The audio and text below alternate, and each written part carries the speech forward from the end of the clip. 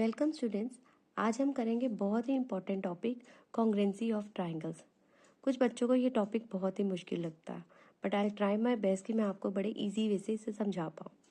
हम अपनी daily life में बड़े सारे ऑब्जेक्ट्स देखते हैं, लाइक कॉइन्स, ये मोल्ड है, ठीक है। अगर मैं इन कॉइन्स को देखूँ, इन दोनों कॉइन्स को अगर मैं ओवरलैप करूँ तो ये प्रॉपरली कोइंसाइड हो जाएंगे।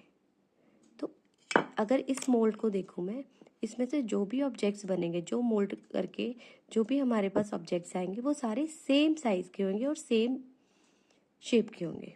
तो इस तरह के ऑब्जेक्ट्स जहाँ हमें सेम शेप मिल रही है और सेम साइज मिल रहा है, इस तरह के हम ऑब्जेक्ट्स को बोलते हैं कॉन्ग्रुएंट ऑब्जेक्ट्स। अब हम एग्जांपल लेते हैं। लाइक मेरे पास है दो strip of paper, they both are same in shape, but अगर मैं इन दोनों को ओवरलैप करूं, ये प्रॉपरली कोइंसाइड नहीं होंगे। So these are not congruent triangle, sorry rectangles. एक और कटआउट ले रही हूँ, दो कटआउट्स, लाइक दो रेक्टेंगल हैं, again they have same shape, और अगर मैं इनको ओवरलैप करूँ तो ये प्रॉपरली कोइंसाइड हो जाएंगे, ठीक है। तो इस तरह के जो फिगर्स होंगी इनको हम बोलेंगे कॉन्ग्रुएंट ट्राइंगल्स। नाउ दो two squares are said to be congruent if they have same side.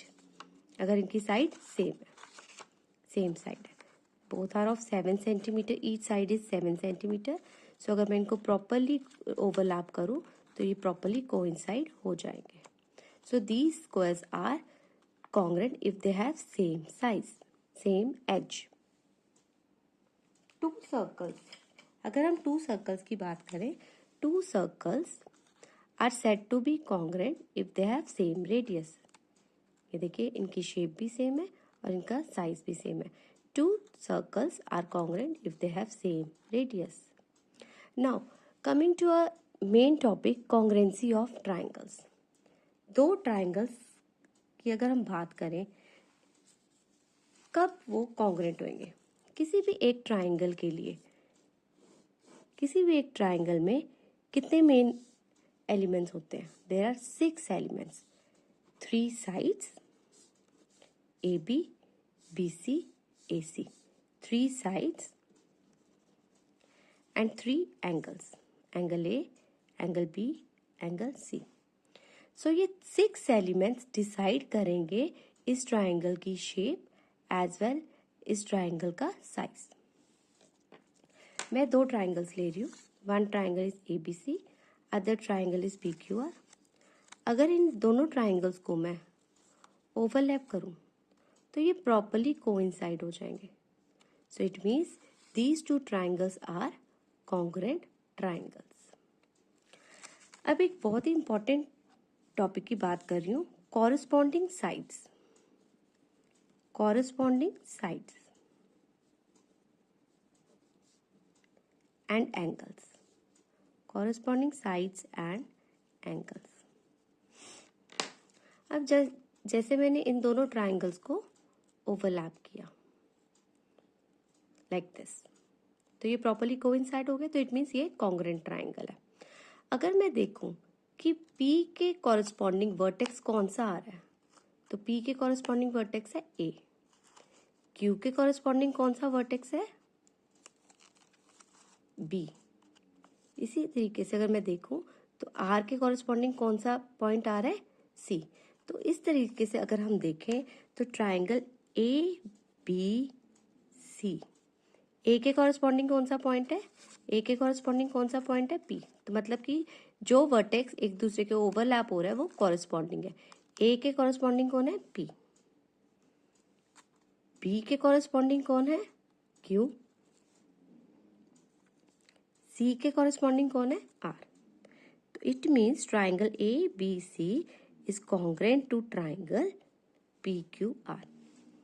Is congruent to triangle PQR. This is the symbol of congruency. बहुत सारे बच्चे वेव ऐसे बना देते हैं. This is wrong. Wave it should be like this. नीचे से ऊपर and sign of equality. This is the symbol of congruency. एक और एग्जाम्पल ले रही हूँ. दो ट्राइंगल्स हैं। अब आप बताइए अब मैंने ओवरलैपिंग करी, ठीक है, तो इस वर्टेक्स के कॉरस्पॉन्डिंग ब्लू वाले ट्राइंगल का ये वाला वर्टेक्स आ रहा है, बी के कॉरस्पॉन्डिंग ब्लू वाले का ये वाला वर्टेक्स आ रहा है, और सी वाले के कॉरस्पॉन्डिंग ये वाला आ रहा है। तो अब ए बी सी के कॉरस्पॉन्डिंग कौन सा ट्राइंगल होएगा? ए के कॉरस्पॉन्डिंग आ गया पी, ए के कॉरस्पॉन्डिंग आ गया पी, बी के कॉरस्पॉन्डिंग आएगा आर, बी के कॉरस्पॉन्डिंग आएगा आर, और क्यू के कॉरस्पॉन्डिंग सी के कॉरस्पॉन्डिंग आएगा क्यू, सी के कॉरस्पॉन्डिंग आएगा क्यू। ये क्यों हम लिखते हैं ऐसे? तो ये जब हम कॉन्ग्रेंसी लिखते हैं तो कॉरस्पॉन्डिंग पॉइंट्स लिखना बहुत इंपॉर्टेंट हो जाता है। यहाँ से क्लियर होता है कि ए के कॉरस्पॉन्डिंग पी है, बी के कॉरस्पॉन्डिंग आर है, सी के कॉरस्पॉन्डिंग क्यू है। तो कॉन्ग्रेंसी लिखते समय हमें ट्राइंगल के कॉन्ग्रेंट पार्ट्स उनके सामने लिखने होते हैं। Now coming to the criteria for congruency of triangle, हमारे पास 5 क्राइटेरिया। किसी भी दो ट्राइंगल्स को कॉन्ग्रेंट चेक करने के लिए, उनकी कॉन्ग्रेंसी चेक करने के लिए हमारे पास 5 क्राइटेरियाज है। First one S S S, ये मैं अभी आपको क्लियर करती हूँ, पहले मैं 5 क्राइटेरियाज बता दूँ आपको। S S S, S S, A S A S, R H S. पहले हम बात करेंगे S S S. S S S means side side side. 5 के 5 क्राइटेरियाज में हमारे पास 3 कंडीशंस इक्वालिटी की होती है। जैसे first criteria S S S, side side side. मेरे पास ये दो ट्राइंगल हैं A B C P Q R. अब ए बी के कॉरस्पॉन्डिंग कौन सी साइड इक्वल है? P Q. बी सी के कॉरस्पॉन्डिंग कौन सी साइड इक्वल है? Q R. ए सी के कॉरस्पॉन्डिंग कौन सी साइड है? P R. तो मतलब कि इस ट्राइंगल में अगर देखूं, अगर मैं एक ट्राइंगल को दूसरे के ऊपर ओवरलैप करूं तो ये प्रॉपरली कोइंसाइड हो गया। तो इन दो ट्राइंगल्स में क्या क्या चीज सेम आई है? One side, another side, third side. तो मतलब कि यहाँ पे कौन सा क्राइटेरिया लगा? S S S. तो ये दो ट्राइंगल कॉन्ग्रेंट आए bye S S S. So these two triangles. अब अगर कॉरस्पॉन्डिंग एंगल्स की भी, कॉरस्पॉन्डिंग पॉइंट्स की भी बात करें, जब मैंने ओवरलैप करा तो ए के कॉरस्पॉन्डिंग कौन सा पॉइंट आया? पी। बी के कॉरस्पॉन्डिंग कौन सा पॉइंट आया? क्यू। सी के कॉरस्पॉन्डिंग कौन सा पॉइंट आया? आर। तो triangle A B C is congruent to triangle P Q R by S S S criteria, side side side. Now second हम बात करेंगे S A S. S A S means side angle side, side angle side. अब मैं आपको फिर दो triangles दिखा रही हूं। यहाँ पे जो पी क्यू है 6 सेंटीमीटर, वो ए बी के इक्वल है 6 सेंटीमीटर। एंगल क्यू 60 डिग्री है, यहाँ पे भी एंगल बी 60 डिग्री है। Q R 7 centimetre, B C 7 centimetre. तो ये दो ट्राइंगल कॉन्ग्रेंट हैं बाय एस ए एस। मतलब कि दो साइड्स और उनके बीच इंक्लूडेड एंगल जो हम बोल रहे हैं, ये मतलब एस, ये साइड और उनके बीच वाला एंगल, ये साइड और ये साइड इनके इंक्लूडेड एंगल, जो इन दोनों साइड्स के बीच का एंगल है। ये नहीं कि आप साइड्स ये ले रहे हैं और एंगल आप इधर वाला देख रहे हैं, नो। इन दो साइड्स के बीच वाला एंगल, देखो मैंने लिखा भी है साइड एंगल साइड, इन दोनों साइड्स के बीच वाला एंगल, मतलब ये जो दो साइड्स हैं इनके बीच वाला एंगल, ये दो साइड्स हैं, ये बीच वाला एंगल। अगर किसी ट्राइंगल की दो साइड्स और इंक्लूडेड एंगल इक्वल आता है तो वो दो ट्राइंगल कॉन्ग्रेंट होते हैं bye which criteria? S A S means side angle side. Now Coming to our third criteria, ASA, angle, side, angle, angle, side, angle, angle side angle. अगर आप ध्यान से देखो तो ASA, साइड, दो एंगल्स के बीच वाली साइड, मतलब कि ये दो ट्राइंगल देख रहे हैं। One triangle is ABC, another triangle is PQR।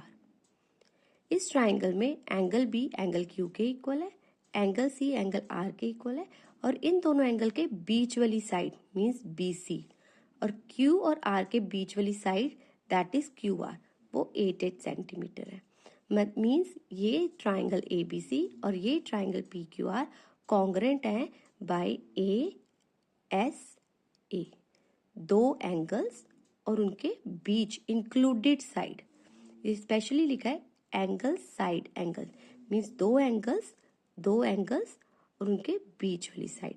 तो अगर किसी दो ट्राइंगल्स के दो एंगल्स और इंक्लूडेड साइड सेम है तो वो दो ट्राइंगल्स कॉन्ग्रेंट होंगे by which criteria, angle side angle, ASA।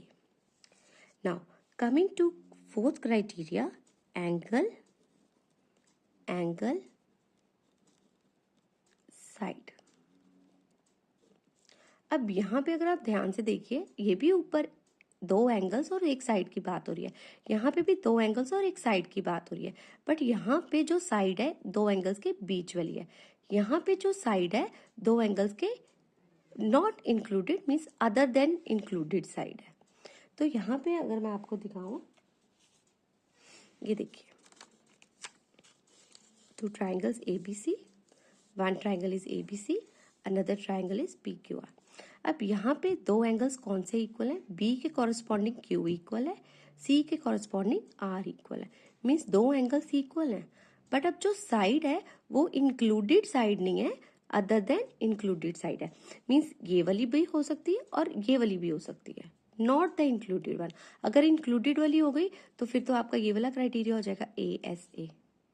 तो मीन्स अगर किसी ट्राइंगल के दो एंगल्स इक्वल हैं और उनके अलावा कोई इंक्लूडेड साइड के अलावा कोई दूसरी साइड भी इक्वल है, तब भी दो ट्राइंगल्स कॉन्ग्रेंट होंगे बाय AAS क्राइटेरिया, मीन्स दो एंगल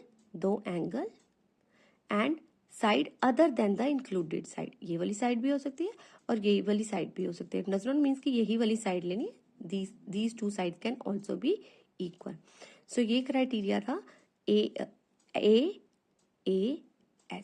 मीन्स एंगल साइड। अब हम लास्ट क्राइटेरिया की बात करें, RHS। नॉर्मली RHS बोलते हैं तो बच्चे फटाफट बोल देते हैं ma'am right hand side. It's not right hand side, ये है right angle hypotenuse and any side. अब हाइपोटेन्यूज की बात करूं मैं तो आपको यहाँ पे हाइपोटेन्यूज क्लियर कर दूं। हाइपोटेन्यूज क्या क्लियर होता है, राइट एंगल ट्राइंगल में जो साइड 90 के ऑपोजिट होती है, साइड ऑपोजिट टू 90 डिग्री is called hypotenuse, and hypotenuse is the longest side. I repeat, right angle triangle में 90 के ऑपोजिट साइड को हम हाइपोटेन्यूज बोलते हैं, तो hypotenuse is the longest side. अब यहाँ पे एक 90 डिग्री होना चाहिए, एक हाइपोटेन्यूज इक्वल होना चाहिए, और एक side you can take either this, ये साइड भी इक्वल हो सकती है और ये वाली साइड भी इक्वल हो सकती है।